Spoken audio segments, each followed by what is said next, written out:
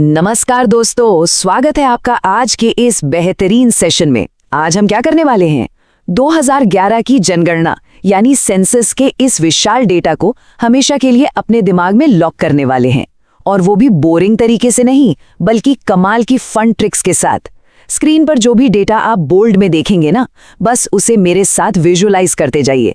रटने का झंझट बिल्कुल खत्म। तो चलिए इस मेमोरी मास्टर क्लास को शुरू करते हैं। तो एक नज़र डालते हैं आज के एजेंडा पर। हम शुरुआत करेंगे जनगणना के इतिहास से, फिर बात करेंगे जनसंख्या के टॉप और बॉटम आंकड़ों की। इसके बाद साक्षरता यानी लिटरेसी याद करने की कुछ अचूक ट्रिक्स देखेंगे, फिर डेंसिटी और सेक्स रेशो, और आखिर में भारत का शहरीकरण। बहुत ही स्ट्रक्चर्ड तरीके से आगे बढ़ेंगे।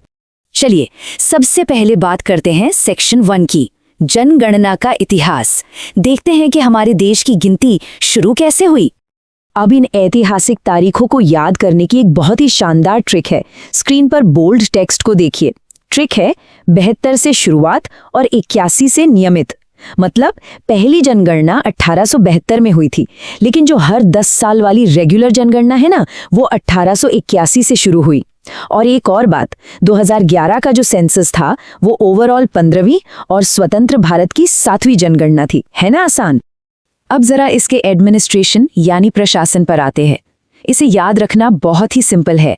बस गृह मंत्रालय यानी होम मिनिस्ट्री को ऐसे इमेजिन कीजिए कि ये पूरे भारत रूपी हमारे घर की देखभाल कर रहा है। उस समय इस घर में 28 राज्य और 7 केंद्र शासित प्रदेश शामिल थे। इसके कमिश्नर थे सी चंद्रमौली जी, और नारा तो एकदम सटीक था, हमारी जनगणना हमारा भविष्य। ये पॉइंट अक्सर एग्जाम्स में पूछा जाता है, तो इसे पक्का याद रखिएगा। आगे बढ़ते हैं सेक्शन 2 की तरफ, जनसंख्या के टॉप और बॉटम। चलिए देखते हैं पॉपुलेशन के एक्सट्रीम आंकड़े क्या कहते हैं। स्क्रीन पर जो नंबर आप देख रहे हैं, 121 करोड़ 08 करोड़। ये कोई छोटा मोटा नंबर नहीं है दोस्तों। ये विशाल आंकड़ा 2011 में भारत की कुल जनसंख्या को दर्शाता है। इसी नंबर ने ग्लोबल लेवल पर हमारी मजबूत उपस्थिति दर्ज कराई थी। अब यहाँ एक बहुत ही मजेदार ट्रिक पर ध्यान दीजिए। दुनिया की आबादी में हमारी हिस्सेदारी है 17.5%, और हमारी पॉपुलेशन ग्रोथ रेट थी 17.7%। दोनों नंबर्स बिल्कुल विजुअल ट्विन्स यानी जुड़वा भाइयों की तरह लगते हैं ना, 17.5 और 17.7। बस स्क्रीन पर बोल्ड में लिखे इन जुड़वा नंबर्स को दिमाग में बिठा लीजिए, आप कभी नहीं भूलेंगे। और इस चार्ट को देखिए, ये पुरुष और महिला जनसंख्या के बंटवारे को कितनी आसानी से समझा रहा है। 62.37 करोड़ पुरुष और 58.64 करोड़ महिलाएं। ये कंट्रास्ट आपको दोनों के बीच का अंतर तुरंत और एकदम क्लियर तरीके से समझा देता है। अब बात करते हैं सबसे ज्यादा और सबसे कम आबादी की। इसे रटने की बिल्कुल जरूरत नहीं है।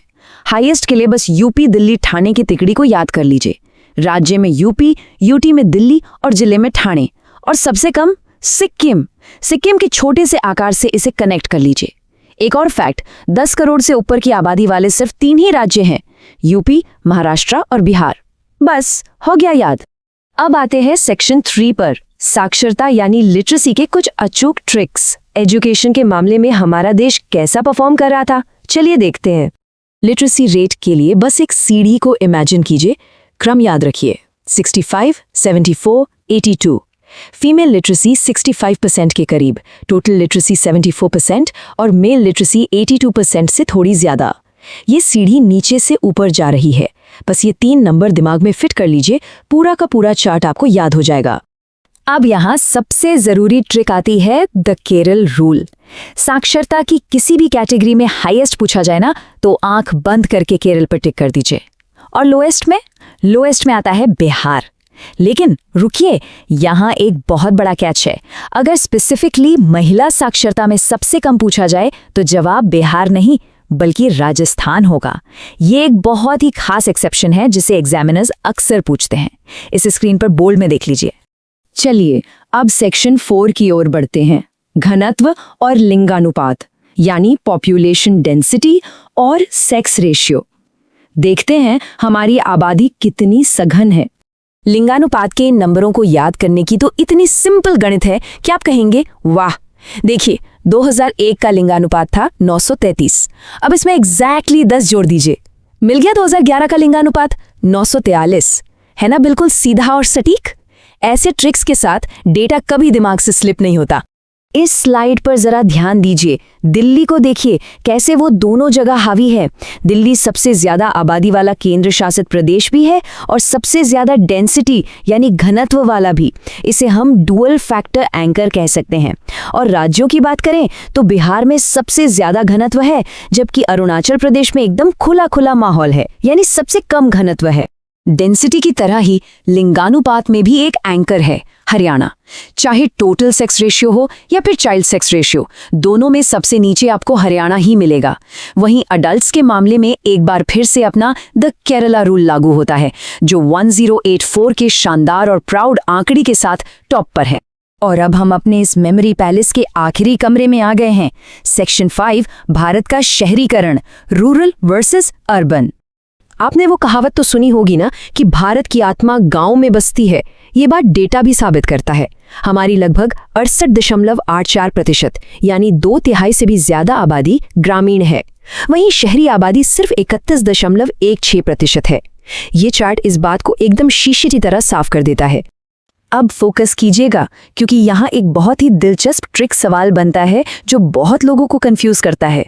अगर आपसे पूछा जाए शहरी जनसंख्या की कुल संख्या कहाँ सबसे ज्यादा है, तो जवाब होगा महाराष्ट्र।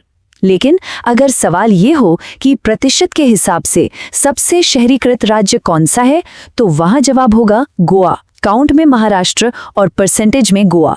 इन दोनों के बीच का ये डिफरेंस हमेशा याद रखिएगा। अब इन आखिरी सोशल डेमोग्राफिक नंबरों को दिमाग में हमेशा के लिए लॉक करने की बारी है।